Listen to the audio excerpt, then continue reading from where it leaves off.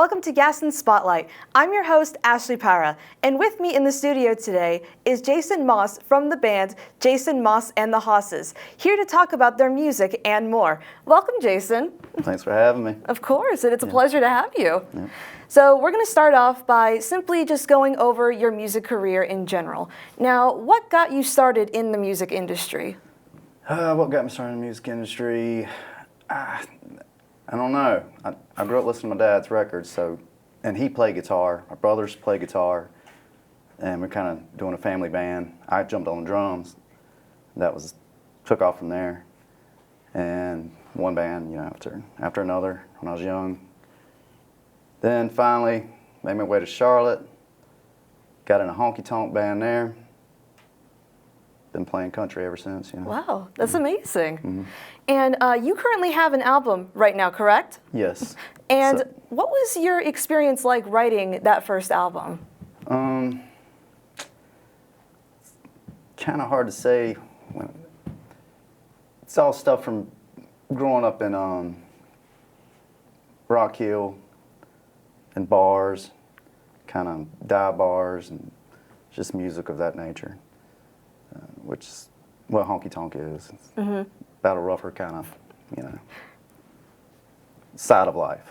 Oh yeah, definitely. Yeah. It's definitely a new music genre to me. It's very interesting to see like the difference between honky-tonky and country. Is there like a big difference between those two? Country, to me, is more rural. Like, when country music came to the city, in the 40s, 30s, 40s, it kind of turned into honky-tonk once they plugged up and were playing in the bars and had to be louder. Like the singer had to be louder in the band and all that, and they had cheap monitors, whatever they had, cheap speakers. They barely had anything. Once they electrified, it was honky-tonk. That's what honky-tonk is. Country music in the city and bars. That's kind of what That's that interesting. is. Yeah. Did you have a favorite song that you wrote on your recent album? On the recent album? Yeah, Won't You Dance With Me. It's about wanting to be a good dancer, but just not being a good dancer. About two-stepping and stuff like that. It's simple, but if you've got two left feet, it's difficult. So anyway, I'm the guy with two left feet. And you said you are in a family band, right? No. That's just kind of what I started out doing. Oh, okay. I don't do that anymore. Just play with my band now, the Hosses. Probably should explain that because that makes no sense to anybody that's too young. So, like Hoss Cartwright, Bonanza, that's kind of where that comes from. But back in the day, Hoss kind of stands for horse. It stands for that, and the country guys would say, "Hey, Hoss, how you doing?" It's a weird country slang thing. It's just like saying, "Hey, man, how you doing?" That's where Hoss. So. Okay. Yeah. And with your band that you are with right now, are you guys touring anywhere, like in North Carolina or outside? No, we used to do that kind of stuff. We've all got jobs now that keep us anchored, so we just pretty much play around Charlotte. Whatnot. Oh. Yeah. So do you have any shows coming up? Yeah, on the 29th of this month, we are at Little Gaston Theater. Is that we were talking about that a little while ago? It's a show for David Childers. It's going to be a lot of musicians from around Gaston County, Charlotte, playing that. So. That's wonderful. And with your performances, is there any place that you've been to multiple times at all that you enjoy going to? Favorite place to play is Thirsty Beaver, Charlotte. I think I've been there before, yeah. Maybe once or twice, at least seen it from the street. It's a honky-tonk. So the last one in Charlotte. Everything else is closed down. Oh yeah, there's been a lot closing recently over in Charlotte. Yeah. Now with your band, you said you guys are mainly doing music on the side of your regular jobs. Do you have any new music that you're working on currently, like a new album? Yeah, it's going to be more kind of old school. It's going to have fiddle, Hawaiian steel. It's a different pedal steel. No pedals. It's got very relaxed vibe. I'd say more country. Nice. Do you think it'll be more difficult to write that than what you're used to writing? No. I write every day. Got to keep that practice in. Yeah, the stuff I do comes easy to me. Now, with that new music as well, with transitioning from more honky-tonky to country, does... Honky-tonk, take the Y off. Do you think anyone who might regularly listen to your music, what can they possibly expect from this new album? Like I said, it'd be more, I want to go more for that Hank Williams kind of old school. Not so, our last one, I mean, it had too much, or not too much, but it had more rock and roll, sort of like that. I want it to be more relaxed this time. Yeah. Hank Williams is a classic. I've listened to him quite a few times. Yeah, he's my favorite. And lastly, anyone who wants to find you or come see any of your shows, do you have any place on social media or any contacts that people can reach you at? We just do Facebook. I got Jason Moss and the Hosses Facebook page, the band page, and I post the same stuff on my personal page. And we're on Spotify, and that's about it. Wow.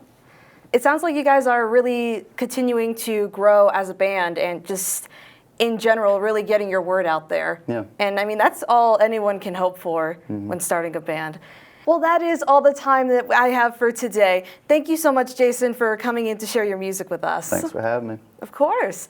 And if you would like to see more of what we do here in the audio-video program, you can follow us on Instagram at Gaston Broadcast. I'm your host, Ashley Para, and make sure to stay tuned for a performance from Jason Moss. This has been Gaston Spotlight. There's a man drinking in that bar. He drives a blue Subaru car. Born in 1943.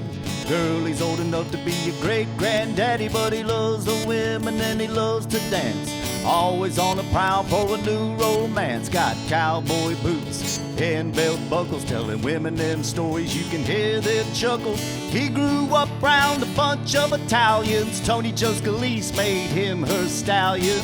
That's how he got his name. He'd take 'em all for a romp in the hay. He's Wild Bill from Garbage Hill. He never worked and he never will. He grew up in Clarksburg, West Virginia. He's Wild Bill from Garbage Hill. He never worked and he never will. He grew up in Clarksburg, West Virginia. He don't drive after dark in that blue Subaru car. Two-stepping and a drinking whiskey. Look out, ladies, he's feeling frisky. Come on, Bill, it's time to go. You can't just live off liquor alone. So we're going to the diner first, like trying to get a teenager to go to church. Acts like he's hearing impaired. Says he ain't going anywhere till he gets another shot. Better give him one before he blows his top. He's Wild Bill from Garbage Hill. He never worked and he never will. He grew up in Clarksburg, West Virginia. He's Wild Bill from Garbage Hill. He never worked and he never will. He grew up in Clarksburg, West Virginia. He owns a whole bunch of sneakers and he's a neat freak, especially that car, man, he keeps it clean. Never parks underneath the tree, and you better not drag any leaves into that blue Subaru, into that blue Subaru, into that blue Subaru, into that blue Subaru.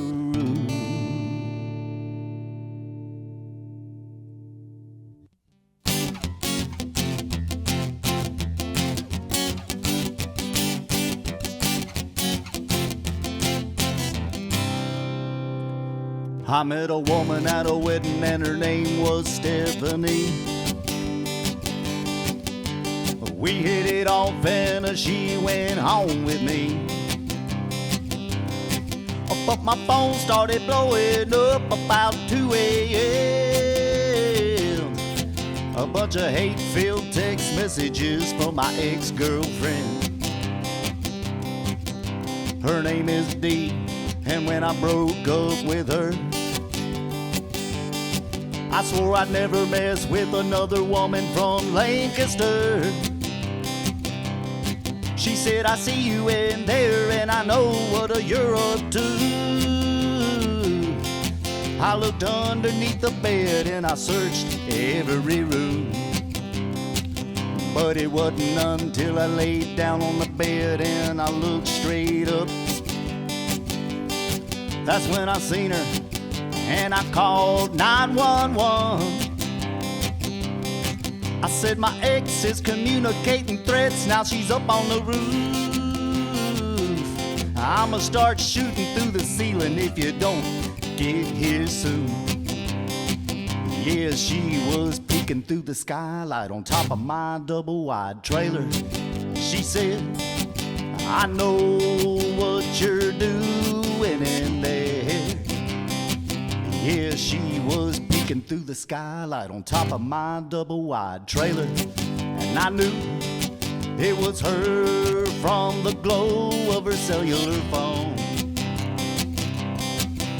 The police scared her off with their blue lights a-flashing. I guess they didn't want to do the paperwork. Stephanie said, why don't you let me whoop her?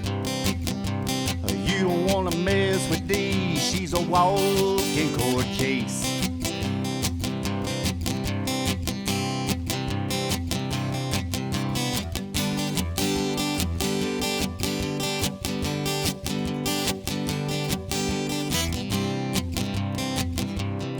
I had Dee summonsed to appear in court. That's when the judge granted my restraining order. He looked at me and asked, how many feet? Well, she's good with the gun, so rifle range times 3. It ain't the first time Dee and I had appeared in a courtroom, because she kicked mansion dents in my Cadillac and keyed it too. I didn't think she was that dangerous at first, until stalking me became a favorite pastime of hers. I shook my lawyer's hand and I thanked the judge. And when we stepped outside, that's when Dee spoke up. She said that there's just a piece of paper. What I'll do to you will be done before the cops show up. Yeah, she was peeking through the skylight on top of my double-wide trailer. And she said, I know what you're doing in there. Yeah, she was peeking through the skylight on top of my double-wide trailer. And I knew it was her from the glow of her cellular phone. The police scared her off with their blue lights a-flashing. I guess they didn't want to do the paperwork. Stephanie said, why don't you let me whoop her? You don't want to mess with Dee, she's a walking court case. Ah.